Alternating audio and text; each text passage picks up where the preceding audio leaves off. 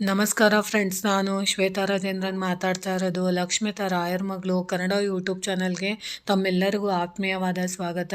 ಮುಂಜಾನೆಯ ಶುಭಾಶಯಗಳು ಸ್ನೇಹಿತರೆ. ಕೆಲವೊಬ್ಬರು ನನಗೆ ಕೇಳ್ತಾ ಇದ್ದೀರಾ ಏನು ಅಂತಂದರೆ, ರಾಯರ ಸೇವೆಗಳಿಗೆ ನಾವು ವ್ರತಗಳೆಲ್ಲ ಮಾಡೋಕ್ಕಾಗೋದಿಲ್ಲ, ಮಠಗಳಿಗೂ ಹೋಗೋಕ್ಕಾಗೋದಿಲ್ಲ. ಅಂಥವರು ನಾವು ವಿಶೇಷವಾಗಿ ಮನೆಯಲ್ಲೇ ನಾವು ಸ್ವಚ್ಛಂದವಾಗಿ ಮಾಡ್ಕೊಳ್ಳೋ ಅಂಥದ್ದು, ಯಾವ ರೀತಿ ವಿಶೇಷವಾಗಿ ಮಾಡ್ಕೊಳ್ಳೋ ಅಂಥದ್ದು ಪೂಜಾ ವಿಧಾನವಿದ್ದರೆ ತಿಳಿಸ್ಕೊಡಿ ಅಂತ ಹೇಳಿದ್ದೀರಾ. ಅದಕ್ಕೋಸ್ಕರ ನಾನು ಯಾವ ರೀತಿ ಅದನ್ನ ನೀವು ಪೂಜಾ ವಿಧಾನನ ಹೇಗೆ ಮಾಡಬೇಕು ಅನ್ನೋದನ್ನ, ಸರಳವಾಗಿರಬೇಕು, ಸ್ವಚ್ಛಂದವಾಗಿರಬೇಕು ಅನ್ನೋದನ್ನ ನಾನು ನಿಮಗೆ ತಿಳಿಸ್ಕೊಡ್ತಿದ್ದೀನಿ. ಅದರಲ್ಲೂ ವಿಶೇಷವಾಗಿ ನೋಡಿ, ನಾನು ಹೇಳ್ಕೊಟ್ಟಿರೋ ಅಂಥ ಸೇವೆಗಳು ನೀವು ಮಾಡೋವಂಥವ್ರು ಆಲ್ರೆಡಿ ನಿನ್ನೆಯಿಂದ ಶುರು ಮಾಡಿದ್ದೀರಾ.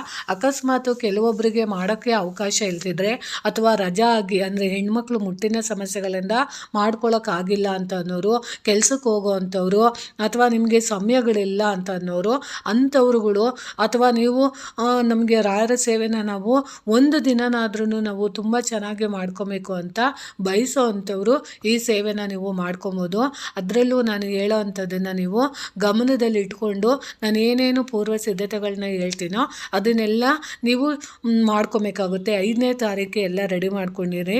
ಯಾಕಂದರೆ ಸ್ನೇಹಿತರೆ, ವಿಶೇಷವಾಗಿ ಅವತ್ತಿನ ದಿನ ನೀವು ರಾಯರ ಸೇವೆ ಮಾಡೋವಂಥವ್ರು, ಅದರಲ್ಲೂ 6ನೇ ತಾರೀಕು ಗುರುವಾರದ ದಿನ ನೀವು ಸೇವೆ ಮಾಡೋವಂಥವ್ರು 5ನೇ ತಾರೀಕು ಎಲ್ಲ ರೆಡಿ ಮಾಡಿ ಇಟ್ಕೊಂಡಿರಿ. ಅಂದರೆ ಏನೇನು ಅಂತಂದರೆ, ಹಾಲನ್ನ ಅಂದರೆ ಅಭಿಷೇಕ ಮಾಡಬೇಕಾಗುತ್ತೆ ರಾಯರಿಗೆ. ಅದಕ್ಕೋಸ್ಕರ ಹಸುವಿನ ಹಾಲು ಬೇಕು, ಶುದ್ಧವಾದ ತುಪ್ಪ ಬೇಕು, ಮೊಸರು ಬೇಕು, ಆಮೇಲೆ ಡ್ರೈ ಫ್ರೂಟ್ಸ್ಗಳು ಬೇಕು. ಅದರಲ್ಲಿ ನೀವು ವಿಶೇಷವಾಗಿ ಒಣ ದ್ರಾಕ್ಷಿಗಳನ್ನು ನೀವು ಹಾಕಬೇಕಾಗುತ್ತೆ, ಸಕ್ಕರೆ ಹಾಕಬೇಕಾಗುತ್ತೆ, ಹಾಲನ್ನು ಇಟ್ಕೊಂಡಿರಬೇಕಾಗುತ್ತೆ. ಇಷ್ಟನ್ನು ನೀವು ಇಟ್ಕೊಂಡು ನೀವು ರಾಯರಿಗೆ ಅಭಿಷೇಕ ಮಾಡೋದಕ್ಕೆ ಮಾಡ್ಕೊಂಡಿರಬೇಕು. ಆಮೇಲೆ ಬಾಳೆಹಣ್ಣನ್ನು ಮಾಡ್ಕೊಂಡಿರಬೇಕು. 5 ಥರದ ಹಣ್ಣನ್ನು ನೀವು ಇಟ್ಕೊಂಡಿರಬೇಕು. ಅದಾದಮೇಲೆ ವಿಶೇಷವಾಗಿ ನಿಮ್ಮ ಮನೆಗಳಲ್ಲಿ ನಿಮ್ಮಲ್ಲಿ ಯಾವ ರೀತಿ ವಿಗ್ರಹಕ್ಕೆ ನೀವು ಅಭಿಷೇಕ ಮಾಡ್ತೀರಿ ಅಂತ ಡಿಸೈಡ್ ಮಾಡಿಕೊಂಡು, ಯಾವತ್ತೂ ಪ್ಲಾಸ್ಟಿಕ್ ವಿಗ್ರಹಗಳನ್ನು ನೀವು ಅಭಿಷೇಕಕ್ಕೆ ಯೂಸ್ ಮಾಡಬೇಡಿ. ಯಾವಾಗಲೂ ಅಷ್ಟೇ ರಾಯರ ವಿಗ್ರಹಗಳನ್ನು ನೀವು ಅಭಿಷೇಕ ಮಾಡೋವಂಥದ್ದು ತಾಮ್ರದಾಗಿರಬೇಕು, ಇಲ್ಲಾಂದರೆ ಹಿತ್ತಾಳೆದಾಗಿರಬೇಕು, ಇಲ್ಲ ಬೆಳ್ಳಿಯ ವಿಗ್ರಹಗಳಾಗಿರಬೇಕು, ಕಂಚಿನ ವಿಗ್ರಹಗಳಾಗಿರಬೇಕು. ಅದು ನಿಮ್ಮಲ್ಲಿ ನೆನಪಿರಲಿ. ಅಕಸ್ಮಾತ್ ನೀವು ನಮಗೆ ಅಂದರೆ ಪಂಚಾಮೃತ ಅಭಿಷೇಕ ನಾವು ಮಾಡಲ್ಲ ಅನ್ನೋರು, ನೀವು ರಾಯರಿಗೆ ವಿಶೇಷವಾಗಿ ಫೋಟೋಗೆ ನೀವು ಪೂಜೆ ಮಾಡ್ತೀನಿ ಅನ್ನೋರು ಅದು ಕೂಡ ಮಾಡ್ಬೋದು. ಆದರೆ ಮುಖ್ಯವಾಗಿ ನೀವು ಯಾವುದೇ ಒಂದು ಪೂಜೆ ಮಾಡಬೇಕು ಅಂದರೆ, ನಿಮ್ಮ ಮನೆಯಲ್ಲಿ ರಾಯರ ಪೂಜೆ ಮಾಡಬೇಕು ಅಂದರೆ ವಿಶೇಷವಾಗಿ ಒಂದು ಗಣಪತಿಯ ಫೋಟೋ ಅಥವಾ ವಿಗ್ರಹ ಖಂಡಿತವಾಗ್ಲೂ ನಿಮ್ಮ ಮನೆಯಲ್ಲಿ ಇರಲೇಬೇಕು. ಗಣಪತಿಗೆ ನೀವು ಪೂಜೆ ಮಾಡ್ದಲೇ ಯಾವುದೇ ಒಂದು ಪೂಜೆಗಳನ್ನು ನೀವು ಮಾಡಿದ್ರೆ ಅದು ನಿಮ್ಮ ಕಾರ್ಯಗಳು ಸಿದ್ಧಿ ಆಗೋದಿಲ್ಲ. ಅದು ನಿಮ್ಮ ಮನಸ್ಸಿನಲ್ಲಿ ನೆನಪಿರಲಿ. ಅದಾದಮೇಲೆ ನೀವು ಏನು ಮಾಡಬೇಕು ಅಂದರೆ, ವಿಶೇಷವಾಗಿ ಮನೆಗಳಿಗೆ ಅವತ್ತಿನ ದಿನ ನಮ್ಮ ರಾಯರು, ಸ್ವತಃ ನಮ್ಮ ಗುರುಗಳು ನಮ್ಮ ಮನೆಗೆ ಬರಲಿ ಅನ್ನೋ ಅಭಿಲಾಷೆಯಿಂದ ನೀವು ಏನು ಮಾಡಬೇಕು ಅಂದರೆ, ಇವಾಗ 6ನೇ ತಾರೀಕು ಇದೆ ಅಂತ ಅಂದ್ಕೊಳ್ಳಿ, ರಾಯರ ವರ್ಧಂತಿ ಮಹೋತ್ಸವ. ಅವತ್ತಿನ ದಿನ ನೀವು ಒಂದು ಬೆಳಗಿನ ಜಾವದಲ್ಲಿ ನೀವು ಮನೆಗಳಿಗೆ ಬಾಗಿಲನ್ನು ಸಾರಿಸಿ, ಹೊಸ್ಲುಗಳನ್ನು ಸಾರಿಸಿ, ಅಲ್ಲಿಗೆ ಅರಿಶಿನ ಕುಂಕುಮ ಎಲ್ಲ ಹಾಕಿ ನೀವು ಅಲಂಕಾರ ಮಾಡಿ, ಬಾಗಿಲಿಗೆ ನೀವು ಮಾವಿನ ತೋರಣನ ಕಟ್ಟಿ ಗುರುರಾಯರನ್ನು ನೀವು ಮನೆಗೆ ಆಹ್ವಾನಿಸಿ. ಯಾಕಂದರೆ ಮಾವಿನ ಎಲೆಗಳಿಂದ ತೋರಣಗಳನ್ನು ನಾವು ಕಟ್ಟಿದಾಗ ಗುರುಗಳಿಗೆ ಒಂದು ಗೌರವ ಸೂಚಕವಾಗಿ ಒಂದು ಅವರು ನಮ್ಮ ಮನೆಗೆ ಬರೋದಕ್ಕೆ ಖುಷಿಯಾಗಿ ಆಹ್ವಾನ ಮಾಡ್ದಂಗೆ ಆಗುತ್ತೆ ಮತ್ತು ಸ್ವಾಗತ ಕೋರ್ದಂಗೆ ಆಗುತ್ತೆ. ಅದನ್ನು ನೀವು ಮಾಡೋ ಅಂಥದ್ದನ್ನು ನೀವು ಮಾಡ್ಬೋದು. ರಂಗೋಲಿಗಳನ್ನು ನೀವು ಯಾವತ್ತೇ ಆಗಲಿ ರಾತ್ರಿ ಹೊತ್ತು ರಂಗೋಲಿಗಳನ್ನು ಹಾಕಬೇಡಿ. ಯಾಕಂದರೆ ನೀವು ಯಾವುದೇ ಒಂದು ವ್ರತಗಳನ್ನು ಮಾಡೋವಂಥವ್ರು, ಯಾವುದೇ ಒಂದು ಪೂಜೆಗಳನ್ನು ಮಾಡೋವಂಥವ್ರು ಯಾವುದೇ ಕಾರಣಕ್ಕೂ ನೀವು ಅಂದರೆ ರಾತ್ರಿ ಹೊತ್ತು ರಂಗೋಲಿಗಳನ್ನು ಹಾಕಿ ಬೆಳಗ್ಗೆ ಹೊತ್ತು ನೀವು ಪೂಜೆ ಮಾಡೋ ಅಂಥದ್ದನ್ನು ಮಾಡಬೇಡಿ. ಅದಾದಮೇಲೆ ನೀವು ತೋರಣಗಳನ್ನು ಕಟ್ಟೋ ಅಂಥದ್ದು ಮಾಡಿ. ಅದಕ್ಕಿಂತ ಮುಂಚಿತವಾಗಿ ಬ್ರಹ್ಮ ಮುಹೂರ್ತದಲ್ಲಿ ಅಂದರೆ ನೀವು ವಿಶೇಷವಾಗಿ ರಾಯರಿಗೆ ನೀವು ಸೇವೆ ಮಾಡುವಂಥವ್ರು ಅವತ್ತಿನ ದಿನ ಸ್ವಲ್ಪ ಬೇಗನೆ ಎದ್ದು ನೀವು ಬ್ರಹ್ಮ ಮುಹೂರ್ತದಲ್ಲಿ ಸ್ನಾನ ಮಾಡುವಂಥದ್ದು. ನೀವು ಮಾಡುವಂಥ ಪೂಜೆಗಳು ಕೊನೆ ಪಕ್ಷ 5:30 ಒಳಗಡೆ ಮುಗಿಯೋಂಗೆ ನೋಡ್ಕೊಳ್ಳಿ. ಯಾಕಂದರೆ ಯತಿಗಳಾಗಿರೋದ್ರಿಂದ ಅವರು ತಪಸ್ಸುಗಳನ್ನು ಮಾಡ್ತಾ ಇರ್ತಾರೆ. ಅವರು ಸೇವೆಗೆ ಭಗವಂತನ ಸೇವೆಗಳನ್ನು ಗುರುಗಳು ಸಹ ಮಾಡ್ತಾ ಇರ್ತಾರೆ. ಅಂಥ ಗುರುಗಳ ಜೊತೆ ನಾವು ಕೂಡ ಸೇವೆಗಳನ್ನು ಮಾಡಿದಾಗ ಪರಿಪೂರ್ಣವಾಗಿ ನಮಗೆ ದೇವರ ಆಶೀರ್ವಾದ ಸಿಗೋದಕ್ಕೆ ಸಹಾಯ ಮಾಡುತ್ತೆ. ಅದಕ್ಕೋಸ್ಕರ ನೀವು ಯಾವುದೇ ಇವತ್ತು ವ್ರತ ಮಾಡ್ತಾ ಇದ್ದೀನಿ ಅಂದಾಗ ಬ್ರಹ್ಮ ಮುಹೂರ್ತದಲ್ಲಿ ಸ್ವಲ್ಪ ಎದ್ದು ಸ್ನಾನ ಮಾಡುವಾಗ ನೀವು ಒಂದು ಸ್ವಲ್ಪ ಹಸಿ ಹಾಲನ್ನು ಹಾಕ್ಕೊಂಡು ಸ್ನಾನ ಮಾಡೋಂಥದ್ದು ಮಾಡಿ. ಆ ನೀರಿಗೆ ನೀವು ಸ್ವಲ್ಪ ಅರಿಶಿಣ ಪುಡಿ, ಸ್ವಲ್ಪ ರೋಸ್ ವಾಟರು ಮತ್ತು ಗಂಗಾಜಲ, ಹಸಿ ಹಾಲನ್ನು ಸೇರಿಸಿ ನೀವು ಸ್ನಾನ ಮಾಡೋ ಅಂಥದ್ದನ್ನು ನೀವು ಮಾಡಬೇಕಾಗುತ್ತೆ. ಈ ರೀತಿ ನೀವು ಮಾಡಾದಮೇಲೆ ವಿಶೇಷವಾಗಿ ನೀವು ಏನು ಮಾಡಬೇಕು ಅಂದರೆ ರಾಯರ ಮನೆಯೆಲ್ಲ ಕ್ಲೀನ್ ಮಾಡ್ಕೊಂಡಿರ್ತೀರ. ಆ ಕ್ಲೀನ್ ಮಾಡ್ಕೊಂಡಾದಮೇಲೆ ನೀವು ವಿಶೇಷವಾಗಿ ನೀವು ರಾಯರ ಫೋಟೋ ಇದ್ದರೆ ಆ ಫೋಟೋಗೆ ನೀವು ಅಲಂಕಾರನ ಮಾಡಿ ಗಂಧನ ಹಚ್ಚಿ ಅದಾದಮೇಲೆ ನೀವು ರಾಯರಿಗೆ ಅಭಿಷೇಕ ಮಾಡೋದಕ್ಕೆ ಒಂದು ಮಣೆನ ಹಾಕಿ ಅದರ ಮೇಲೆ ನೀವು ರಾಯರ ವಿಗ್ರಹನ ಒಂದು ತಾಮ್ರದ ತಟ್ಟೆಯಲ್ಲಿಟ್ಟು ಪಂಚಾಮೃತ ಅಭಿಷೇಕನ ನಿಮಗೆ ಯಾವ ರೀತಿ ಮಾಡೋಕ್ಕೆ ಬರುತ್ತೋ ಆ ರೀತಿ ಮಾಡೋ ಅಂಥದ್ದು ವ್ಯವಸ್ಥೆನ ನೀವು ಮಾಡ್ಕೊಬೇಕು. ಆದರೆ ಅದಕ್ಕಿಂತ ಮುಂಚಿತವಾಗಿ ನೀವು ಏನು ಮಾಡ್ಕೊಬೇಕು ಅಂದರೆ ನೋಡಿ, ಯಾವತ್ತೂ ಅಷ್ಟೇ ನೀವು ಯಾವುದೇ ಒಂದು ಪೂಜೆನ ನೀವು ಮಾಡ್ತೀನಿ ಅಂತ ಬಯಸೋವಂಥವ್ರು ಬಲಗಡೆ ಬಂದು ಯಾವತ್ತು ಗಣೇಶನದ್ದು ಒಂದು ಫೋಟೋ ಅಥವಾ ಒಂದು ವಿಗ್ರಹನ ನೀವು ಇಟ್ಕೊಳ್ಳೋ ಅಂಥದ್ದನ್ನು ಮಾಡಲೇಬೇಕು. ಅದಾದಮೇಲೆ ನೀವು ಸಂಕಲ್ಪ ಮಾಡ್ಕೊಬೇಕು. ಯಾವ ರೀತಿ ಸಂಕಲ್ಪ ಮಾಡ್ಕೊಬೇಕು ಅಂದರೆ ನಿಮಗೆ ಗಣಪತಿ ಮಂತ್ರ ಯಾವುದು ಬರುತ್ತೋ ಅದನ್ನು ನೀವು ಹೇಳ್ಕೊಬೇಕಾಗುತ್ತೆ. ಆ ಗಣಪತಿ ಮಂತ್ರ ಬರಲಿಲ್ಲ ಅಂದರೂ ಓಂ ವಿನಾಯಕಾಯ ನಮಃ ಅಂತ ಹೇಳ್ಕೊಬೋದು, ಓಂ ಗಂ ಗಣಪತಿಯೇ ನಮಃ ಅಂತ ಹೇಳ್ಕೊಬೋದು, ಅಥವಾ ನಿಮಗೆ ಓಂ ಗಣೇಶಾಯ ನಮಃ ಅಂತನಾದರೂ ನೀವು ಹೇಳ್ಕೊಂಡು ಸಂಕಲ್ಪ ಮಾಡಿಕೊಂಡು ಮೊದಲಿಗೆ ನೀವು ಗಣೇಶನಿಗೆ ಒಂದು ವಿಶೇಷವಾಗಿ ಪೂಜೆನ ಮಾಡಬೇಕಾಗುತ್ತೆ. ಆ ಗಣೇಶನಿಗೆ ನೀವು ಪೂಜೆ ಮಾಡುವಾಗ ನೀವು ಒಂದೆರಡು ಬಾಳೆಹಣ್ಣು, ಎಲೆ, ಅಡಿಕೆ, ಹೂವು, ಮಂತ್ರಾಕ್ಷತೆ ಇಟ್ಟು ನೈವೇದ್ಯಕ್ಕೆ ಏನಾದರೂ ಒಂದನ್ನು ನೀವು ಇಡಬೇಕಾಗುತ್ತೆ. ಹಣ್ಣಾದರೂ ಇಡಬೇಕು, ಸ್ವೀಟ್ ಆದರೂ ಇಡಬೇಕು, ಲಾಡು ಇಡ್ಬೋದು. ನಿಮಗೆ ಅವತ್ತಿನ ದಿನ ಯಾವುದನ್ನು ನಿಮಗೆ ಗಣಪತಿಗೆ ಅರ್ಪಣೆ ಮಾಡಬೇಕು ಅಂತ ಅನಿಸುತ್ತೋ ಅದನ್ನು ನೀವು ಖಂಡಿತವಾಗ್ಲೂ ಅರ್ಪಣೆ ಮಾಡಿ.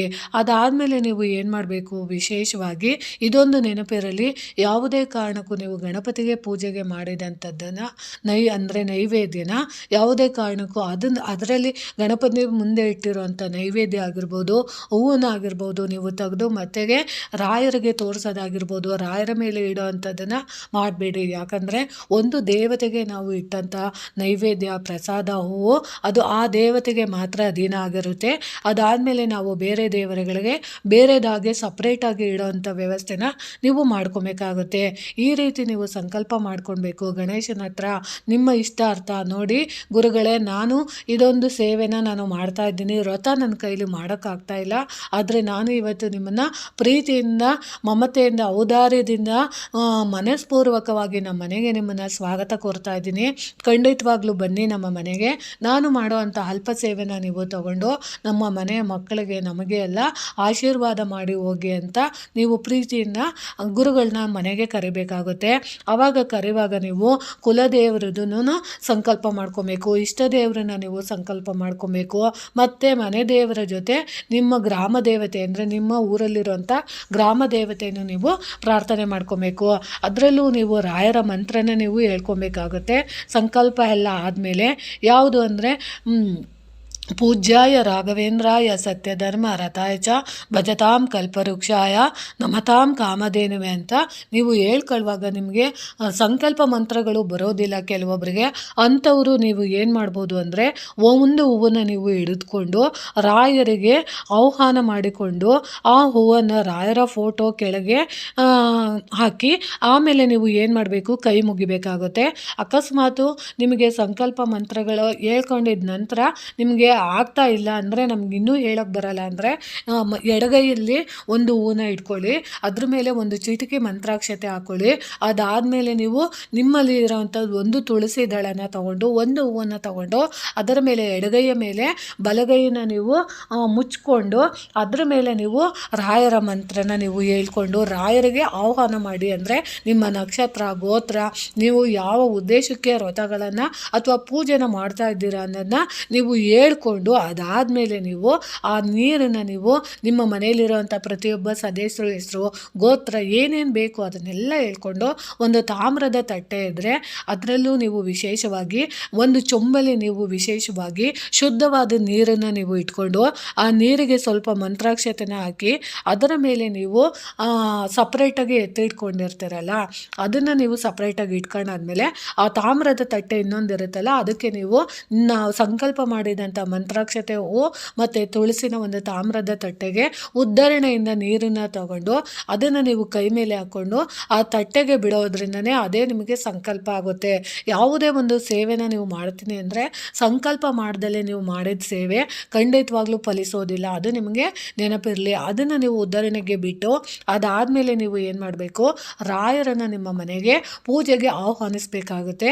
ಆ ರಾಯರನ್ನು ನೀವು ಪೂಜೆಗೆ ಆಹ್ವಾನಿಸಬೇಕು ಅಂದರೆ ಒಂದು ಶುದ್ಧವಾದ ತಾಮ್ರದ ಚೊಂಬಲ್ಲಿ ನೀರನ್ನು ನೀವು ತಗೊಂಡು ಅದಕ್ಕೆ ಪನ್ನೀರ್ ಅಂತ ಸಿಗುತ್ತೆ, ರೋಸ್ ವಾಟರ್, ಅದನ್ನು ನೀವು ಸೇರಿಸ್ಕೊಬೇಕಾಗುತ್ತೆ. ಅದ್ರ ಜೊತೆಗೆ ನೀವು ಸ್ವಲ್ಪ ಗಂಜಲ, ಹಸುವಿನ ಗಂಜಲನ್ನು ನೀವು ಸೇರಿಸ್ಕೊಬೇಕಾಗುತ್ತೆ. ಅದ್ರ ಮೇಲೆ ನೀವು ಪಚ್ಚಕರ್ಪೂರನ ಹಾಕಿ ಮತ್ತು ಜಾವತ್ ಪುಡಿ ಅಂತ ಸಿಗುತ್ತೆ ಅದನ್ನು ನೀವು ಹಾಕಿ ಸ್ವಲ್ಪ ಒಂದು ಗುಲಾಬಿ ಹೂವನ್ನ ಇಟ್ಟು ಅಥವಾ ಯಾವುದಾದ್ರೂ ಒಂದು ಹೂವನ್ನ ಇಟ್ಟು ತುಳಸಿ ದಳ ಇಟ್ಟು ಆ ನೀರನ್ನು ನೀವು ಪೂಜೆ ಮಾಡ್ತಿರೋಂಥ ಜಾಗಕ್ಕೆ ಪ್ರೋಕ್ಷಣೆ ಮಾಡಬೇಕಾಗುತ್ತೆ. ಯಾಕಂದರೆ ರಾಯರಿಗೆ ನೀವು ಆಹ್ವಾನ ಮಾಡಿ ಕರೆದಾಗ ಅವರು ನಿಮ್ಮ ಪೂಜೆಯ ಮನೆಯಲ್ಲಿ ಬಂದು ನೀವು ಮಾಡ್ತಿರೋಂಥ ವ್ರತಗಳಲ್ಲಿ ಅವರು ನಿಮ್ಮ ಎದುರಿಗೆ ಒಂದು ಮಣೆ ಹಾಕಿ ವಿಗ್ರಹನ ಹಾಕಿ ಇಟ್ಟು ನೀವು ಅಲಂಕಾರ ಎಲ್ಲ ಮಾಡಿ ನೀವು ಆಹ್ವಾನ ಮಾಡುವಾಗ ಈ ನೀರನ್ನು ನೀವು ರೆಡಿ ಮಾಡ್ಕೊಂಡಿರ್ತಾರಲ್ಲ ಆ ನೀರನ್ನು ನೀವು ಚುಮುಕಿಸ್ಬೇಕಾಗುತ್ತೆ. ಈ ರೀತಿ ನೀವು ರಾಯರನ್ನು ನಿಮ್ಮ ಮನೆಗೆ ಕರೆದು ಆಹ್ವಾನ ಮಾಡಬೇಕಾಗುತ್ತೆ. ಆಹ್ವಾನ ಮಾಡಿದ ನಂತರ ಏನು ಮಾಡಬೇಕು ಅಂದರೆ ಮೊದಲಿಗೆ ನೀವು ಯಾಕೆ ಕೆಲವೊಬ್ರು ಏನು ಮಾಡ್ತಾರೆ ಅಂದರೆ ಕೆಲವೊಬ್ಬರು ಪೂಜೆಗಳನ್ನೆಲ್ಲ ರೆಡಿ ಮಾಡಿಕೊಂಡು ಅಂದರೆ ಎಲ್ಲ ಥರದ್ದು ರೆಡಿ ಮಾಡಿಕೊಂಡು ಮಾಡ್ತಾರೆ.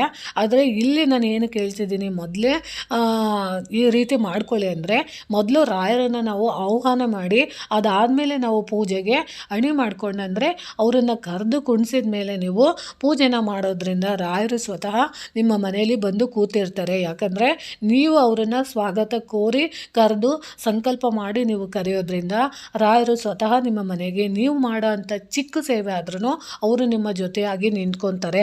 ಅದನ್ನು ನೀವು ಮಾಡಬೇಕಾಗತ್ತೆ. ಆಮೇಲೆ ಇನ್ನೊಂದು ಏನು ಮಾಡ್ಬೋದು ಅಂದರೆ ಇನ್ನೊಂದು ಹೂವನ್ನು ನೀವು ತಗೊಂಡು ಶುದ್ಧೋದಕ ಸ್ನಾನಂ ಸಮರ್ಪಯಾಮಿ ಅಂತ ಹೇಳಿ ಫೋಟೋಗೆ ನೀವು ಪ್ರೋಕ್ಷಣೆ ಮಾಡಬೇಕಾಗುತ್ತೆ. ಆ ಹೂವನ್ನು ಅಂದರೆ ಸಂಕಲ್ಪ ಎಲ್ಲ ಆದಾದಮೇಲೆ ನೀವು ನಾನು ಹೇಳಿದ್ನಲ್ಲ ಆ ನೀರನ್ನು ನೀವು ತಗೊಂಡು ನೀವು ಫೋಟೋಗೆ ವಿಗ್ರಹಗಳಿಗೆ ಚುಮುಕಿಸಿದಾಗ ನೀವು ಅಲ್ಲಿ ರಾಯರಿಗೆ ನೀವು ಶುದ್ಧೋದಕ ಸ್ನಾನನ ಮಾಡ್ದಂಗೆ ಆಗುತ್ತೆ. ಅಂದರೆ ರಾಯರು ಬಂದು ನಿಮ್ಮ ವ್ರತಗಳಿಗೆ ಕೂತ್ಕೊಂಡಾಗ ಅವ್ರಿಗೆ ನಾವು ಕೈಕಾಲು ಮುಖ ಎಲ್ಲ ತೊಳ್ಕೊಂಡು ಕೂತ್ಕೊಳ್ಳೋ ಥರ, ಅಂದರೆ ಒಬ್ಬ ಅತಿಥಿಗಳನ್ನು ನಾವು ಬಂದು ನೀರು ಕುಡಿತೀರಾ, ಊಟ ತಿಂತೀರಾ ಅಂತ ಹಿಂದಿನ ಕಾಲದಲ್ಲಿ ಹೇಗೆ ಕೇಳ್ತಾ ಇದ್ವೋ ಹಾಗೆ ರಾಯರನ್ನು ನಾವು ಸ್ವಾಗತಿಸಿ ನಾವು ಪೂಜೆ ಮಾಡೋ ಅಂಥದ್ದಕ್ಕೆ ಇದೊಂದು ವ್ಯವಸ್ಥೆ, ಅಂದರೆ ಇದೊಂದು ಮಾರ್ಗ. ಅದನ್ನು ನೀವು ಮಾಡಾದ್ಮೇಲೆ ನೋಡಿ ಈ ಹೂವನ್ನು ತೆಗೆದುಕೊಂಡು ಶುದ್ಧೋದಕ ಸ್ನಾನಂ ಸಮರ್ಪಯಾಮಿ ಅಂತ ಹೇಳಿ ಫೋಟೋಗೆ ನೀವು ಪ್ರೋಕ್ಷಣೆ ಮಾಡಿ ಆ ಹೂವನ್ನು ಫೋಟೋ ಕೆಳಗಡೆ ಹಾಕಿ ಇನ್ನೊಂದು ಹೂವನ್ನು ತೆಗೆದುಕೊಂಡು ಪಂಚಾಮೃತಂ ಸಮರ್ಪಯಾಮಿ ಅಂತ ಹೇಳಿ. ಕೆಲವೊಬ್ಬರಿಗೆ ನಮಗೆ ಪಂಚಾಮೃತ ಮಾಡೋಕ್ಕೆ ಬರೋದಿಲ್ಲ ಅಂದರೆ ಅಭಿಷೇಕ ಮಾಡಿ ಫಸ್ಟು ಅಭಿಷೇಕ ಮಾಡುವಂಥವ್ರು ಮೊದಲಿಗೆನೇ ಅಭಿಷೇಕ ಮಾಡ್ಕೊತಾರೆ. ಆ ರೀತಿ ನೀವು ಮಾಡೋ ಅಂಥವ್ರು ಮಾಡ್ಬೋದು. ಇಲ್ಲ ಅಂದರೆ ನೀವು ಏನು ಮಾಡಬೇಕು ಅಂದರೆ ಮೊದಲಿಗೆ ನೀವು ನಾನು ಹೇಳಿರೋ ಅಂಥದ್ದು ಪಂಚಾಮೃತ ಅಭಿಷೇಕ ನೀವು ಮಾಡೋಕ್ಕೆ ಮೊದಲು ಮಾಡ್ಕೊಬಾರ್ದು. ಯಾವತ್ತೂ ರಾಯರನ್ನು ನೀವು ಕರೆದು ಸಂಕಲ್ಪ ಎಲ್ಲ ಮಾಡಿದ ನಂತರ ನೀವು ಪೂಜೆನ ಶುರು ಮಾಡಬೇಕಾಗುತ್ತೆ. ಅದಾದಮೇಲೆ ಏನು ಮಾಡಬೇಕು, ಒಂದು ಮಣೆನ ನೀವು ತೊಗೊಬೇಕಾಗುತ್ತೆ. ಈ ಹೂವುದು ನೀವು ಸಂಕಲ್ಪ ಆದಮೇಲೆ ಮತ್ತು ನೀವು ಶುದ್ಧೋದಕ ಸ್ನಾನ ಮಾಡಿದ ನಂತರ ರಾಯರ ವಿಗ್ರಹನ ಒಂದು ಮಣೆ ಮೇಲೆ ತಗೊಂಡು ಅಲ್ಲಿ ರಾಯರ ಪುಟಾಣ ವಿಗ್ರಹ ಇದ್ದರೆ ಅಥವಾ ದೊಡ್ಡ ವಿಗ್ರಹಗಳಿದ್ದರೆ ನೀವು ಪಂಚಾಮೃತ ಅಭಿಷೇಕಕ್ಕೆ ಮಾಡ್ಕೊಂಡಿರ್ತೀರಲ್ಲ, ಹಾಲು, ಮೊಸರು, ಸಕ್ಕರೆ, ಅದು ನೈವೇದ್ಯಕ್ಕೆ ತುಪ್ಪ ಅದನ್ನೆಲ್ಲ ಹಾಕಿ ನೀವು ಪಂಚಾಮೃತ ಅಭಿಷೇಕಕ್ಕೆ ರಾಯರ ವಿಗ್ರಹಕ್ಕೆ ನೀವು ಅಭಿಷೇಕನ ನೀವು ಮಾಡಬೇಕಾಗುತ್ತೆ. ಆಮೇಲೆ ಅಲ್ಲಿ ಮಾಡೋದಕ್ಕಿಂತ ಮುಂಚೆ ಅದಕ್ಕೆ ಒಂದು ಹೂವನ್ನ ಅದ್ದಿ ಅದನ್ನು ನೀವು ರಾಯರ ಮೇಲೆ ಸಿಂಪಡಿಸ್ಬೇಕಾಗುತ್ತೆ. ಅದಾದಮೇಲೆ ಪಂಚಾಮೃತ ಅಭಿಷೇಕಂ ಸಮರ್ಪಯಾಮಿ ಅಂತ ನೀವು ಹೇಳ್ಬೇಕಾಗುತ್ತೆ. ಆವಾಗ ರಾಯರಿಗೆ ನೀವು ಮಾಡಿದಂಥ ಪಂಚಾಮೃತ ಅಭಿಷೇಕ ಅವರಿಗೆ ದಕ್ಕುತ್ತೆ. ಅದಾದಮೇಲೆ ವಿಗ್ರಹನ ನೀಟಾಗಿ ಎಲ್ಲ ನೀರಿಂದ ತೊಳೆದು ಪಂಚಾಮೃತ ಮಾಡಿದಂಥದ್ದು ಒಂದು ಸ್ವಲ್ಪ ನೀವು ಒಂದು ಬಟ್ಟಲಿಗೆ ಎತ್ತಿಟ್ಕೊಂಡು ಇಡೀ ಮನೆಯ ಸದಸ್ಯರೆಲ್ಲ ಸೇವನೆ ಮಾಡಬೇಕಾಗುತ್ತೆ. ಅದನ್ನು ಒಂದು ಬಟ್ಟಲಿಗೆ ಎತ್ಕೊಂಡು ರಾಯರ ವಿಗ್ರಹನ ಚೆನ್ನಾಗಿ ತೊಳೆದು ಅದಾದಮೇಲೆ ಒಣ ಬಟ್ಟೆಲೆಲ್ಲ ಸೀಟಿ ಅದಾದಮೇಲೆ ನೀವು ರಾಯರಿಗೆ ಶುದ್ಧವಾದ ಗಂಧನ ನೀವು ಹಚ್ಚಿ ಅಲಂಕಾರ ನಿಮ್ಮ ಮನೆಯಲ್ಲಿ ನೀವು ಯಾವ ರೀತಿ ರಾಯರನ್ನು ನೀವು ಅಲಂಕಾರ ಮಾಡಿ ತೃಪ್ತಿಯಿಂದ ನೋಡಬೇಕು ಬಯಸಬೇಕು ಅಂತೀರೋ ಆ ರೀತಿ ನೀವು ಅಲಂಕಾರನ ಮಾಡಿ ಅಲ್ಲಿ ನೀವು ಆರತಿ ಮಾಡಬೇಕಾಗುತ್ತೆ. ಅಂದರೆ ನೀವು ಅಭಿಷೇಕ ಮಾಡ್ತೀರಲ್ಲ, ಅಭಿಷೇಕ ಎಲ್ಲ ಮುಗ್ದಾದ್ಮೇಲೆ ನೀವು ಒಂದು ಕರ್ಪೂರದ ಆರತಿ ಮಾಡಿ ತದನಂತರ ವಿಗ್ರಹನ ನೀವು ಎತ್ತಿ ತೊಳೆದು ನೀವು ಅಲಂಕಾರಕ್ಕೆ ನೀವು ರೆಡಿ ಮಾಡ್ಕೊಬೇಕಾಗುತ್ತೆ. ಅದಾದಮೇಲೆ ನೀವು ಒಂದು ಸ್ವಲ್ಪ ರಾಯರಿಗೆ ವಿಶೇಷವಾಗಿ ಅಲಂಕಾರ ಎಲ್ಲ ಮಾಡಿದ ನಂತರ ನೀವು ರಾಯರಿಗೆ ನೀವು ಸಂಕಲ್ಪ ಮಾಡಿದ ನಂತರ ಎಲ್ಲ ಆದ ನಂತರ ನೀವು ಮಾಡಿರೋ ಅಂಥ ನೈವೇದ್ಯ ನೀವು ಏನಾದರೂ ರಾಯರಿಗೆ ಎಷ್ಟು ಚೆನ್ನಾಗಿ ಅಲಂಕಾರ ಅದನ್ನು ನಿಮಗೆ ಹೆಂಗೆ ತೋಚುತ್ತೋ ಹಂಗೆಲ್ಲ ಅಲಂಕಾರ ಮಾಡಿರಿ. ಅಲಂಕಾರ ಮಾಡಿದ ನಂತರ ವಿಶೇಷವಾಗಿ ರಾಯರಿಗೆ ಹಾಲನ್ನು ಇಡಿ, ಹಣ್ಣನ್ನು ಇಡಿ, ಸ್ವೀಟನ್ನು ಇಟ್ಟು ನೀವು ಯಥಾ ಪ್ರಕಾರ ನಿಮಗೆ ಯಾವ ರೀತಿ ಪೂಜೆ ಮಾಡಬೇಕಾಗುತ್ತೋ ಆ ರೀತಿ ಪೂಜೆನ ನೀವು ಮಾಡಿ ನೀವು ರಾಯರ ಅಷ್ಟಾಕ್ಷರ ಮಂತ್ರನ ಕೊನೆ ಪಕ್ಷ 108 ಸಾರಿನಾದ್ರೂ ಅವತ್ತಿನ ದಿನ ಹೇಳ್ಕೊಬೋದು. ಇಲ್ಲ ಗಾಯತ್ರಿ ಮಂತ್ರನ ಹೇಳ್ಕೊಬೋದು, ಇಲ್ಲ ಅಕ್ಷರ ಮಾಲಿಕ ಸ್ತೋತ್ರ ಹೇಳ್ಕೊಬೋದು, ಇಲ್ಲ ಪೂರ್ಣಬೋಧ ಸ್ತೋತ್ರನ ಹೇಳ್ಕೊಬೋದು. ಒಟ್ಟಿನಲ್ಲಿ ನಿಮಗೆ ರಾಯರಿಗೆ ಹತ್ರ ಆಗುವಂಥದ್ದು ಯಾವ ಸ್ತೋತ್ರ ಬರುತ್ತೋ ಆ ಸ್ತೋತ್ರನ ನೀವು ಹೇಳ್ಕೊಂಡು ರಾಯರಿಗೆ ನೈವೇದ್ಯ ಹಾಲು ಹಣ್ಣು ಎಲ್ಲ ಅರ್ಪಿಸಿ ಪೂಜೆನೆಲ್ಲ ಮಾಡಾದ್ಮೇಲೆ ನೀವು ಪ್ರದಕ್ಷಿಣೆನ ನೀವು ಹಾಕಬೇಕಾಗುತ್ತೆ. ಅದರಲ್ಲಿ ನೀವು ಪ್ರದಕ್ಷಿಣೆ ಹಾಕೋರು ರಾಯರ ವಿಗ್ರಹಗಳನ್ನು ನಿಮ್ಮ ಮನೆಯಲ್ಲಿ ಪೂಜೆಗೆ ನೀವು ಎಲ್ಲಿ ಇಟ್ಟಿದ್ದೀರೋ ಅಲ್ಲಿ ನೇರವಾಗಿ ನೀವು ರಾಯರಿಗೆ ವಿಶೇಷವಾಗಿ 21 ಪ್ರದಕ್ಷಿಣೆ, 11 ಪ್ರದಕ್ಷಿಣೆ, 48 ಪ್ರದಕ್ಷಿಣೆ, 108 ಪ್ರದಕ್ಷಿಣೆನ ನೀವು ಮನೆಯಲ್ಲಿ ನೀವು ಮಾಡ್ಬೋದು. ನಿಮಗೆ ಯಾವ ರೀತಿ ಪ್ರದಕ್ಷಿಣೆ ಅಂದರೆ ನಿಮ್ಮ ಮಂಡಿನ ಮಡಚ್ಕೊಂಡು ಸೊಂಟನ ಬಗ್ಗಿಸಿ ತಲೆನ ಬಗ್ಗಿಸಿ ನೆಲದ ಮೇಲೆ ಆವಾಗ ನೀವು ಕೈಗಳನ್ನು ನೆಲಕ್ಕೆ ಸ್ಪರ್ಶ ಮಾಡಿ ನಿಮ್ಮ ಶಿರಸ್ಸನ್ನು ಬಾಗಿಸಿ ನೀವು ಮಾಡೋ ಅಂಥದ್ದೇ ಮಂಡಿಯೂರೋ ಅಂಥದ್ದು ಪ್ರದಕ್ಷಿಣೆ ಆಗಿರುತ್ತೆ. ಕೆಲವೊಬ್ಬರಿಗೆ ಆ ಪ್ರದಕ್ಷಿಣೆ ಏನು ಅಂತಲೂ ಗೊತ್ತಿಲ್ಲ. ಆ ಒಂದು ಉದ್ದೇಶಕ್ಕೋಸ್ಕರ ನಾನು ನಿಮಗೆ ತಿಳಿಸ್ಕೊಡ್ತಾ ಇದ್ದೀನಿ. ಖಂಡಿತವಾಗ್ಲೂ ಇದನ್ನು ಮಾಡಿ. ಅದಾದಮೇಲೆ ನೀವು ನಿಮಗೆ ಯಾವ್ಯಾವ ಧ್ಯಾನ ಮಂತ್ರಗಳು ಬರುತ್ತೋ ಅದನ್ನೆಲ್ಲ ನೀವು ಹೇಳ್ಕೊಬೇಕಾಗುತ್ತೆ. ಅದಾದಮೇಲೆ ನೀವು ವಿಶೇಷವಾಗಿ ನೀವು ರಾಯರಿಗೆ ಏನಾದರೂ ಗಿಫ್ಟನ್ನ ಅಂದರೆ ಬರ್ತಡೇ ಇರೋದ್ರಿಂದ ನೀವು ಏನಾದರೂ ಒಂದು ವಸ್ತುನ ರಾಯರಿಗೆ ಕೊಡ್ತೀನಿ ಅಂತ ಅನ್ನೋರು ನೀವು ಏನು ಮಾಡ್ಬೋದು ಅಂದರೆ ವಿಶೇಷವಾಗಿ ರಾಯರಿಗೆ ಒಂದು ತಾಮ್ರದ ತಟ್ಟೆ ತೊಗೊಳ್ಳಿ, ಇಲ್ಲ ಅಂದರೆ ಒಂದು ಅಡಕೆ ಪಟ್ಟಿಯ ಎಲೆನ ತೊಗೊಳ್ಳಿ. ಅದರಲ್ಲೂ ವಿಶೇಷವಾಗಿ ರಾಯರಿಗೆ ನೀವು ಸಮರ್ಪಣೆ ಮಾಡುವಂಥ ಇವತ್ತಿನ ದಿನ ಅಂದರೆ ರಾಯರ ವರ್ಧಂತಿ ಮಹೋತ್ಸವದಲ್ಲಿ ನೀವು ಬೆಳಗ್ಗೆನೇ ಇದನ್ನು ಮನೇಲಿ ಮಾಡ್ತಾ ಇದ್ದೀರಾ, ಅದು ನಿಮಗೆ ಮನೇಲಿ ನೆನಪಿರಲಿ. ಅಂಥವರು ನೀವು ಏನು ಮಾಡಬೇಕು ಅಂದರೆ ವಿಶೇಷವಾಗಿ ಒಂದು ತಾಮ್ರದ ತಟ್ಟೆನ ತಗೊಂಡು ಅಥವಾ ಒಂದು ಅಡಕೆ ಪಟ್ಟಿ ಎಲೆ ತಗೊಂಡು ಅದಕ್ಕೆ ಹೊಸದಾಗಿ ನೀವು ಏನಾದ್ರೂ ವಸ್ತ್ರದಾನ ಮಾಡೋದ್ರಿಂದ ರಾಯರ ಅನುಗ್ರಹ ಖಂಡಿತವಾಗ್ಲೂ ಆಗುತ್ತೆ. ಅದಕ್ಕೋಸ್ಕರ ನೀವು 5ನೇ ತಾರೀಕಿನ ರಾಯರಿಗೆ ವಿಶೇಷವಾಗಿ ಪಂಚೆ ಮತ್ತು ಶಲ್ಯನ ನೀವು ಖರೀದಿ ಮಾಡಿ. ಅದರಲ್ಲೂ ಕೆಂಪುದು ತೊಗೊಬೋದು, ಹಳದಿದು ತೊಗೊಬೋದು, ಇಲ್ಲ ಅಂದರೆ ಕೇಸರಿ ಬಣ್ಣದ್ದು ನೀವು ಪಂಚೆ ಶಲ್ಯನ ನೀವು ತೊಗೊಬೇಕಾಗುತ್ತೆ. ಅದಕ್ಕೆ ಒಂದು ಅಡಕೆ ಪಟ್ಟಿಯ ಎಲೆಯ ಒಳಗಡೆ ಒಂದಷ್ಟು ಅಕ್ಕಿ ನಿಮ್ಮ ಮನೆಯಲ್ಲಿ ಎಷ್ಟು ಸಾಧ್ಯ ಆಗುತ್ತೋ ಅಷ್ಟು ಅಕ್ಕಿನ ಹಾಕಿ ಅದರ ಮೇಲೆ ಕಡಲೆಬೇಳೆ ಎಷ್ಟು ಆಗುತ್ತೋ ಅಷ್ಟು ಕಡಲೆಬೇಳೆನ ಹಾಕಿ ಅದಾದಮೇಲೆ ನೀವು ವಿಶೇಷವಾಗಿ ನೀವು ರಾಯರಿಗೆ ಇಟ್ಟಿರೋಂಥ ಹೊಸದಾಗಿ ತಿಂದಿರೋಂಥ ವಸ್ತ್ರನ ಇಡಿ. ಅದರ ಜೊತೆಗೆ ನೀವು ವಿಶೇಷವಾಗಿ ಒಂದು 5 ಥರದ ಹಣ್ಣುಗಳನ್ನು ಇಡಿ. 2 ತೆಂಗಿನಕಾಯಿಗಳನ್ನು ಪೂರ್ಣ ಪ್ರಮಾಣದ ಸಿಪ್ಪೆಗಾಯಿಗಳಾದರೂ ಪರವಾಗಿಲ್ಲ, ಅಥವಾ ಸಿಪ್ಪೆಗಾಯಿ ಅಲ್ದಿರೋ ಅಂಥದ್ದಾದರೂ ಪರವಾಗಿಲ್ಲ, 2 ತೆಂಗಿನಕಾಯಿಗಳನ್ನು ಇಟ್ಟು ಎಲೆ ಅಡಿಕೆ 11 ರೂಪಾಯಿ ಅಥವಾ ನಿಮ್ಗೆ ಎಷ್ಟು ಆಗುತ್ತೋ ಅಷ್ಟು ದಕ್ಷಿಣೆನ ನೀವಿಟ್ಟು ನಿಮ್ಮ ಮನೆಯಲ್ಲಿರೋ ಅಂಥದ್ದು ಯಾವುದಾದ್ರೂ ಸ್ವೀಟು ಅಂದರೆ ಅದನ್ನು ನೀವೇ ತಯಾರಿ ಮಾಡಿ ಇಡ್ತೀರೋ ಅಥವಾ ಅಂಗಡಿಯಿಂದ ತರ್ತಿರೋ ಅದು ನಿಮಗೆ ಬಿಟ್ಟಿದ್ದು, ಅಲ್ಲಿ ನೀವು ಒಂದು ಸ್ವೀಟ್ ಬಾಕ್ಸನ್ನು ನೀವು ಇಡ್ಬೋದು. ರಾಯರಿಗೆ ನೈವೇದ್ಯಕ್ಕೆ ವಿಶೇಷವಾಗಿ ಅವತ್ತಿನ ದಿನ ನೀವು ಪಾಯಸಗಳನ್ನು ಮಾಡಿ ಇಡೋವಂಥದ್ದು ಇರ್ಬೋದು, ಅಥವಾ ತುಪ್ಪದ ಅವಲಕ್ಕಿನ ಮಾಡಿ ಇಡೋವಂಥದ್ದು ಇರ್ಬೋದು, ಅಥವಾ ನಿಮಗೆ ಯಾವುದ್ಯಾವುದು ರಾಯರಿಗೆ ಇಷ್ಟ ಆಗುತ್ತೋ ಅದನ್ನೆಲ್ಲ ನೀವು ಮಾಡಿ ಇಡ್ಬೋದು. ಅದೆಲ್ಲ ಮಾಡಿದ ನಂತರ ಆ ಸ್ವೀಟ್ ಬಾಕ್ಸು ಎಲ್ಲ ಇಟ್ಟಿದ ನಂತರ ವಿಶೇಷವಾಗಿ ರಾಯರಿಗೆ ಅಂತಲೇ ನೀವು ಏನಾದರೂ ಒಂದು ಒಡವೆನ ಕೊಡೋ ಅಂಥ ಮನಸ್ಸಿದ್ರೆ, ಅಂದರೆ ಮಕ್ಕಳು ಹುಟ್ಟಿದಾಗ ಯಾರಾದ್ರೂ ನಾಮಕರಣ ಮಾಡಿದಾಗ ಅಥವಾ ಮಗುನ ನಾವು ಫಸ್ಟ್ ಟೈಮು ನೋಡೋಕ್ಕೆ ಹೋದಾಗ ಏನಾದರೂ ಗಿಫ್ಟನ್ನ ಕೊಡ್ತಾರೆ, ಅಂದರೆ ಏನಾದರೂ ಒಂದು ಚಿನ್ನದ ಒಡವೆ ಕೊಡೋ ಅಂಥದ್ದು ಇರ್ಬೋದು, ಬೆಳ್ಳಿಯ ಒಡವೆಗಳನ್ನು ಕೊಡೋ ಅಂಥದ್ದು ಇರ್ಬೋದು. ಅಂಥದ್ದು ನೀವು ಕೊಡ್ತೀವಿ ಅಂತ ಅನ್ನೋದಾದರೆ ಏನಾದರೂ ಕೊಡ್ಬೋದು. ನಿಮ್ಮ ಅನುಕೂಲ, ಬೆಳ್ಳಿ ತೊಟ್ಲನ್ನು ಕೊಡ್ಬೋದು, ಅಥವಾ ಬೆಳ್ಳಿಯ ವಿಗ್ರಹ ಕೊಡ್ಬೋದು, ಬೆಳ್ಳಿಯ ದೀಪಗಳನ್ನು ಕೊಡ್ಬೋದು, ಅಥವಾ ನಿಮಗೆ ಯಾವುದನ್ನು ಗಿಫ್ಟಾಗಿ ಕೊಡಬೇಕು ಅಂತ ಅನಿಸುತ್ತೋ, ಅಂದರೆ ಉಡುಗೊರೆಯಾಗಿ ರಾಯರ ಮಠಗಳಿಗೆ ನೀವು ಕೊಡಬೇಕು ಅಂತ ಬಯಸುತ್ತೋ ಅದನ್ನು ನೀವು ಇಟ್ಟು, ಅಥವಾ ಹಣನ ನೀವು ಕೊಡ್ತೀವಿ ಅಂದರೆ ಅದಕ್ಕೆ ನಿಮ್ಮ ಕೈಯಲ್ಲಿ ಎಷ್ಟು ಆಗುತ್ತೋ 101 ರೂಪಾಯಿ ಇರ್ಬೋದು, 1001 ರೂಪಾಯಿ ಇರ್ಬೋದು, 10,001 ರೂಪಾಯಿ ಇರ್ಬೋದು, ಅದನ್ನು ನೀವು ಯಾವ ರೀತಿ ಕೊಡಬೇಕು ಅಂದರೆ ರಾಯರಿಗೆ ನೀವು ಮಠಗಳಿಗೆ ಹೋಗಿ ಕೊಡುವಾಗ ಅದನ್ನು ಅಷ್ಟನ್ನು ನೀವು ಕೊಡುವಾಗ ಏನಂತ ಹೇಳಬೇಕು, ಇದನ್ನು ಆಹಾರಕ್ಕೆ ಉಪಯೋಗಿಸ್ಕೊಳ್ಳಿ, ಅಂದರೆ ಅಲ್ಲಿ ಬರೋಂಥ ಭಕ್ತಾದಿಗಳಿಗೆ ಊಟಕ್ಕೆ ಹಾಕ್ತಾರಲ್ಲ ಅದಕ್ಕೆ ನೀವು ವಿನಿಯೋಗ ಮಾಡ್ಕೊಳ್ಳಿ ಅಂತ ಹೇಳಬೇಕು. ಇಲ್ಲ ಅಂದರೆ ರಾಯರಿಗೆ ಅಭಿಷೇಕ ಮಾಡ್ತಾರಲ್ಲ ಪಂಚಾಮೃತ ಅಭಿಷೇಕಕ್ಕೆ, ಆ ಅಭಿಷೇಕಕ್ಕೆ ನೀವು ಈ ದುಡ್ಡನ್ನು ಬಳಸ್ಕೊಳ್ಳಿ ಅಂತ ಹೇಳಿ ನೀವು ಅಷ್ಟನ್ನು ನೀವು ಸೇವನೆಗೆ ರಾಯರ ಮುಂದೆ ಇಟ್ಟು ನೀವು ಎಲ್ಲನೂ ಬೇಡ್ಕೊಬೇಕಾಗುತ್ತೆ. ನಿಮ್ಮ ಮನಸ್ಸಿನಲ್ಲಿ ಏನೇನಿದೆ ಎಲ್ಲ ಹೇಳ್ಕೊಂಡು ರಾಯರಿಗೆ ಅಷ್ಟನ್ನು ರೆಡಿ ಮಾಡಾದ್ಮೇಲೆ, ಅಲಂಕಾರ ಎಲ್ಲ ಮಾಡಾದ್ಮೇಲೆ, ನೀವು ಪ್ರದಕ್ಷಿಣೆ ಸೇವೆ ಎಲ್ಲ ಮಾಡಿದ ನಂತರ ನೀವು ಅವತ್ತಿನ ದಿನ ರಾಯರ ಮಠಗಳಿಗೆ ಹೋಗಿ ನೀವು ಇಷ್ಟು ಹಣೆ ಮಾಡ್ಕೊಂಡಿದ್ದೀರಲ್ಲ, ಏನೇನು ಹಣೆ ಮಾಡ್ಕೊಂಡಿದ್ದೀರೋ ಅದನ್ನೆಲ್ಲ ನೀವು ಒಂದು ಬ್ಯಾಗಲ್ಲಿ ಹಾಕೊಂಡು ಹೋಗಿ ಅವತ್ತಿನ ದಿನ ನೀವು ರಾಯರಿಗೆ ವಿಶೇಷವಾಗಿ ನಾನು ಹೇಳ್ಕೊಟ್ಟಿರೋ ಅಂಥದ್ದು ನಾಮಲೇಖನ, ಅಂದರೆ ರಾಯರ ಹಸ್ತಾಕ್ಷರ ಮಂತ್ರನ ಬರೆದು ನೀವು ಹುಂಡಿಗೆ ಹಾಕೋವಂಥದ್ದನ್ನು ಖಂಡಿತವಾಗ್ಲೂ ಮಾಡಿ. ಯಾಕಂದರೆ ಒಂದೇ ಒಂದು ದಿನದಲ್ಲಿ ನಾವು ರಾಯರು ಅದನ್ನು ಮಾಡಿದ ತಕ್ಷಣ ಹೊಲ್ದು ಬಿಡ್ತಾರ? ಇಲ್ಲ, ಯಾಕಂದರೆ ನಾವು ಬರೆದಂಥ ಒಂದು ಅಕ್ಷರನೂ ಕೂಡ ರಾಯರು ನೋಡ್ತಾ ಇರ್ತಾರೆ. ಇದು ನಾವು ಅಂದ್ಕೊಂಡಿರೋದು ಏನು ಅಂದರೆ, ನಾವು ಕೆಲವೊಂದು ಪದ್ಧತಿಗಳನ್ನು ನಮಗೆ ಗೊತ್ತಿಲ್ಲದಿದ್ದಂಗೆ ರೂಢಿಸ್ಕೊಂಡಿರ್ತೀವಿ. ಆದರೆ ಇಂದಿನ ಕಾಲದಲ್ಲಿ ಯಾವುದೇ ಒಂದು ಸೇವೆನ ಮಾಡಬೇಕು ಅಂದಾಗ ಅವರು ನಮ್ಮನ್ನು ಯಾರನ್ನು ಏನನ್ನು ಕೇಳದೆ ಅವರು ಯಾವ ರೀತಿ ಮಾಡ್ತಿದ್ರು ಅನ್ನೋದನ್ನ ನನಗೆ ಒಬ್ಬರು ಮಠಾಧೀಶರು ಹೇಳ್ಕೊಟ್ಟಿರೋ ಅಂಥದ್ದನ್ನು ನಾನು ನಿಮ್ಗೆ ಹೇಳಿದ್ದೀನಿ. ಅದನ್ನೇ ಹೇಳಿದ್ನಲ್ಲ, ನೀವು ಒಂದು 108 ಸರಿ ನೀವು ರಾಯರ ನಾಮಗಳನ್ನು ಅಷ್ಟಾಕ್ಷರ ಮಂತ್ರನ ನೀವು ಬರೆದು ಉಂಡೆಗೆ ಹಾಕೋದ್ರಿಂದ ರಾಯರ ಸೇವೆನ ನೀವು ಮಾಡ್ದಂಗಾಗುತ್ತೆ.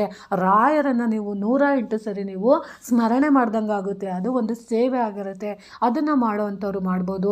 ಬೆಲ್ಲದ ದೀಪದ ಹೇಳ್ಕೊಟ್ಟಿದ್ದೀನಿ, ನನಗೆ ಗೊತ್ತಿರೋಂಥ ಸೇವೆಗಳೆಲ್ಲ ಹೇಳ್ಕೊಟ್ಟಿದ್ದೀನಿ, ಅದನ್ನು ನೀವು ಮಾಡ್ಬೋದು. ಮಣ್ಣಿನ ದೀಪಗಳದ್ದನ್ನು ಹೇಳ್ಕೊಟ್ಟಿದ್ದೀನಿ. ನಿಮಗೆ ಯಾವ್ಯಾವ ರೀತಿ ಸೇವೆಗಳನ್ನು ಮಾಡೋಕ್ಕಾಗುತ್ತೋ ಅದನ್ನೆಲ್ಲ ನೀವು ಮಾಡ್ಬೋದು. ನಾನು ಹೇಳಿದಂತಹ ಈ ತಟ್ಟೆಯಲ್ಲಿ ಇಟ್ಟಿರೋ ಅಂಥದ್ದು ಅಷ್ಟು ಸಾಮಾನನ್ನು ನೀವು ತಗೊಂಡೋಗಿ ರಾಯರಿಗೆ ಅರ್ಪಣೆ ಮಾಡಿ ಗುರುಗಳ ಆಶೀರ್ವಾದ ತಗೊಳ್ಳಿ. ಅಕಸ್ಮಾತ್ ನೀವು ಅಲ್ಲಿ ಬಂದಿರೋಂಥ ಪುಟಾಣಿ ಮಕ್ಕಳುಗಳಿಗೆ ನೀವು ತಗೊಂಡೋಗಿರೋಂಥ ಸಿಹಿನ ಹಂಚೋ ಅಂಥದ್ದನ್ನು ಮಾಡಿ. ಆಗ ರಾಯರಿಗೆ ತುಂಬಾ ಖುಷಿಯಾಗುತ್ತೆ. ಈ ರೀತಿ ನೀವು ಸರಳವಾಗಿ ಸ್ವಚ್ಛಂದವಾಗಿ ನೀವು ಮಾಡುವಂಥ ರಾಯರ ಸೇವೆನ ನಾನು ಹೇಳ್ಕೊಟ್ಟಿದ್ದೀನಿ ಸ್ನೇಹಿತರೆ. ನನಗೆ ಗೊತ್ತಿರೋ ರೀತಿ ನಾನು ತಿಳಿಸ್ಕೊಟ್ಟಿದ್ದೀನಿ. ಅದಕ್ಕೂ ಮೀರಿ ಇನ್ನೂ ಚೆನ್ನಾಗಿ ನಿಮಗೆ ಗೊತ್ತಿದ್ದರೆ, ಮತ್ತಷ್ಟು ಗೊತ್ತಿದ್ದರೆ ಇನ್ನೂ ಅದನ್ನು ಸೇರಿಸ್ಕೊಂಡು ನೀವು ಮಾಡೋವಂಥ ಪ್ರಯತ್ನನ ಮಾಡಿ ಅಂತ ತಿಳಿಸ್ಕೊಡ್ತಾ ಇದ್ದೀನಿ ಸ್ನೇಹಿತರೆ. ಈ ಮಾಹಿತಿ ನಿಮಗೆ ಇಷ್ಟ ಆಗಿದೆ ಅಂದ್ಕೊತೀನಿ. ತುಂಬ ಚೆನ್ನಾಗಿ ಆಚರಣೆನ ಮಾಡಿ, ನಿಮಗೆ ಮನಸ್ಪೂರ್ವಕವಾಗಿ ಮಾಡಿ. ಸಾಧ್ಯವಾದಷ್ಟು ರಾಯರ ವರ್ಧಂತಿ ಮಹೋತ್ಸವ ದಿನ ದಾನ ಧರ್ಮನ ಮಾಡಿ, ಬಡವರಿಗೆ ಅನ್ನದಾನ ಮಾಡಿ, ನಿಮ್ಮ ಭಿಕ್ಷುಕರಿಗೆ ದಾನ ಧರ್ಮ ಮಾಡಿ. ನಿಮಗೆ ಎಷ್ಟು ಸಾಧ್ಯ ಆಗುತ್ತೋ ಅಷ್ಟು ರಾಯರಿಂದ ನೀವು ಯಾವುದೇ ಕಾರಣಕ್ಕೂ ಏನನ್ನೂ ನಿರೀಕ್ಷಿಸಬೇಡಿ. ಅವತ್ತಿನ ದಿನ ನೀವು ರಾಯರ ಎದುರಿಗೆ ಹೋದಾಗ ನನಗೆ ಅದು ಕೊಡಿ ಇದು ಕೊಡಿ ಅಂತ ಕೇಳೋಕೆ ಹೋಗಬೇಡಿ. ಯಾಕಂದರೆ ಅವತ್ತು ರಾಯರ ವರ್ಧಂತಿ ಮಹೋತ್ಸವ ಆಗಿರೋದ್ರಿಂದ ನಾವು ವಿಶೇಷವಾಗಿ ರಾಯರಿಗೆ ನಾವು ಯಾವ ಉದ್ದೇಶಕ್ಕೋಸ್ಕರ ಸೇವೆಗಳನ್ನು ಮಾಡ್ತಾ ಇದ್ದೀವಿ ಅನ್ನೋದು ರಾಯರಿಗೆ ಗೊತ್ತಿರುತ್ತೆ. ಅವತ್ತಿನ ದಿನ ನೀವು ಅಳೋ ಅಂಥದ್ದು, ಬೇಜಾರು ಮಾಡ್ಕೊಳ್ಳೋಂಥದ್ದು ಬೇಡ. ಖುಷಿಯಾಗಿ ನೀವು ರಾಯರ ಎದುರಿಗೆ ನೀವು ಎಷ್ಟು ಖುಷಿಯಾಗಿ ರಾಯರನ್ನು ನಗನಗ್ತಾ ನೀವು ಸೇವೆ ಮಾಡಿ ನಿಮ್ಮ ಮನೆಗೆ ಆಹ್ವಾನ ಮಾಡಿಕೊಂಡು ನೀವು ಕರೆದು ಔತಣ ಕೊಟ್ಟು ಕಳಿಸ್ತಿರೋ ಅದೇ ರೀತಿ ರಾಯರು ನಿಮ್ಮ ಜೀವನದಲ್ಲೂ ಸುಖ, ಸಂತೋಷ, ಸಮೃದ್ಧಿ ಎಲ್ಲನೂ ಕೊಟ್ಟು ಕಾಪಾಡ್ತಾರೆ. ಅವರಿಗೆ ಗೊತ್ತಿರುತ್ತೆ, ನಾವು ಬಾಯಿ ಬಿಟ್ಟು ಹೇಳ್ಕೊಂಡ್ಲೇಬೇಕು ಅಂತೇನಿಲ್ಲ, ಅವ್ರಿಗೆಲ್ಲ ಗೊತ್ತಿರುತ್ತೆ. ಆದರೆ ನಾವು ಮಾಡೋವಂಥ ಸೇವೆ ಕರೆಕ್ಟಾಗಿರ್ಬೇಕಷ್ಟೇ. ಯಾವತ್ತೂ ಅಷ್ಟೇ ತೋರ್ಪಡಿಕೆಗೋಸ್ಕರ ನೀವು ಸೇವೆಗಳನ್ನು ಮಾಡಬೇಡಿ. ರಾಯರಿಗೆ ಇಷ್ಟ ಆಗೋದಿಲ್ಲ. ಆಡಂಬರದ ಸೇವೆನ ಮಾಡೋಕ್ಕೆ ಹೋಗಬೇಡಿ. ನಾನು ಇಷ್ಟು ಚೆನ್ನಾಗಿ ಅಲಂಕಾರ ಮಾಡ್ತಾಯಿದ್ದೀನಿ, ನಾನು ಹಿಂಗೆ ಮಾಡ್ತಾಯಿದ್ದೀನಿ, ನಾನು ರಾಯರಿಗೆ ಇದನ್ನು ಕೊಡ್ತಿದ್ದೀನಿ, ಅದನ್ನು ಕೊಡ್ತಿದ್ದೀನಿ ಅಂತ ಖಂಡಿತವಾಗ್ಲೂ ತೋರ್ಪಡಿಕೆಗೋಸ್ಕರ ನೀವು ಸೇವೆಗಳನ್ನು ಮಾಡೋಂಥದ್ದನ್ನು ಮಾಡಿದರೆ ಖಂಡಿತವಾಗ್ಲೂ ನಿಮಗೆ ರಾಯರು ನೀವು ಎಷ್ಟೇ ಸೇವೆ ಮಾಡಿದ್ರು ಏನೇ ಮಾಡಿದ್ರು ಒಲಿಯೋದಿಲ್ಲ. ನೀವು ಅಂದ್ಕೊಬೋದು ಬೇರೆಯವರೆಲ್ಲ ಅಷ್ಟು ಪ್ರದರ್ಶನ ಮಾಡ್ತಾರೆ, ಅವರು ಮಾಡ್ತಾರೆ ಅಂತ ನೀವು ಮಾಡಿದ್ರೆ ಅವ್ರಿಗೂ ನಿಮಗೂ ಏನೂ ವ್ಯತ್ಯಾಸ ಇರಲ್ಲ. ಅವರವರ ಮನಸ್ಸಿನ ಇಚ್ಛೆಯಂತೆ ಅವರವರು ಮಾಡ್ತಿರ್ತಾರೆ. ಆದರೆ ಯಾವತ್ತೂ ಅಷ್ಟೇ ಪ್ರದರ್ಶನ ಸೇವೆ ಬೇಡ. ರಾಯರ ಸೇವೆ ಯಾವಾಗ್ಲೂ ನಿಷ್ಕಲ್ಮಶವಾಗಿ, ಸ್ವಚ್ಛಂದವಾಗಿ, ಪುಟ್ಟದಾಗಿ, ನಮ್ಮ ಮನಸ್ಸಿಗೆ, ನಮ್ಮ ಆತ್ಮಕ್ಕೆ ತೃಪ್ತಿ ಕೊಡುವಂಥ ಸೇವೆಗಳನ್ನು ನಾವು ಮಾಡಿದಾಗ ರಾಯರು ಸದಾ ನಮ್ಮ ಜೊತೆ ಇರ್ತಾರೆ. ಅವ್ರು ಹಂಗೆ ಮಾಡ್ತಾರೆ, ಇವ್ರು ಹಿಂಗೆ ಮಾಡ್ತಾರೆ ಅಂತ ನಾವು ಬೇರೆಯವ್ರನ್ನ ಅಲ್ಲಗಳಿಬಾರ್ದು. ಅವರವರ ಮನಸ್ಸಿನ ಇಚ್ಛೆಯಂತೆ ಅವರಿಗೆ ಏನು ತೋಚುತ್ತೋ ಅವರ ಮನಸ್ಸಿನಲ್ಲಿ ರಾಯರು ಯಾವ ರೀತಿ ಕರುಣೆನ ತೋರಿಸ್ತಾ ಇರ್ತಾರೋ, ಅಥವಾ ಅವರು ನಡೆದು ಬಂದ ಜೀವನದ ಹಿಂದೆ ಅವರು ಎಷ್ಟು ನೋವನ್ನು ಅನುಭವಿಸಿರ್ತಾರೋ, ಅವರು ಎಷ್ಟು ಕಷ್ಟಗಳನ್ನು ಅನುಭವಿಸಿ ಆ ದಾರಿಗೆ ಬಂದಿರ್ತಾರೆ, ಅದನ್ನು ನಾವು ನೆನಪಿನಲ್ಲಿ ಇಟ್ಕೊಂಡು ಯಾರೊಬ್ಬರನ್ನು ಅವಮಾನ ಮಾಡದೆ, ಯಾರೊಬ್ಬರನ್ನು ತ್ಯಜಿಸದೆ, ಯಾರೊಬ್ಬರು ಸೇವೆನ ನಾವು ಅಲ್ಲಗಳಿದಲ್ಲಿ ಅವ್ರ ಸೇವೆ ಹಿಂಗೆ, ಇವ್ರ ಸೇವೆ ಹಿಂಗೆ, ಅವ್ರಿಗಿದು ಅಂತ ಅದನ್ನು ನಾವು ಕಂಪ್ಯಾರಿಸನ್ ಮಾಡಿಕೊಂಡು ನಮಗೆ ಬೇಕಾಗಿರೋಂಥದ್ದನ್ನು ನಾವು ಪಡ್ಕೊಳ್ಳೋಕ್ಕೆ ಯಾವುದನ್ನು ನಾವು ಮಾರ್ಗನ ಹಿಡಿಬೇಕೋ ಅದನ್ನು ನಾವು ಹಿಡ್ಕೊಂಡು ಮಾಡೋವಂಥ ಪ್ರಯತ್ನನ ಮಾಡಬೇಕು ಅಂತ ತಿಳಿಸ್ಕೊಟ್ಟಿದ್ದೀನಿ ಸ್ನೇಹಿತರೆ. ಇದು ತುಂಬ ಲಾಂಗ್ ವಿಡಿಯೋ ಆಯಿತು, ಆದ್ರೂ ತಿಳಿಸೋ ಅಂಥದ್ದನ್ನು ನೀಟಾಗಿ ತಿಳಿಸ್ಕೊಟ್ಟಿದ್ದೀನಿ. ಈ ಮಾಹಿತಿ ನಿಮಗೆ ಇಷ್ಟ ಆಗಿದೆ ಅಂದ್ಕೊತೀನಿ. ಪ್ರೀತಿಯ ಧನ್ಯವಾದಗಳು ಸ್ನೇಹಿತರೆ.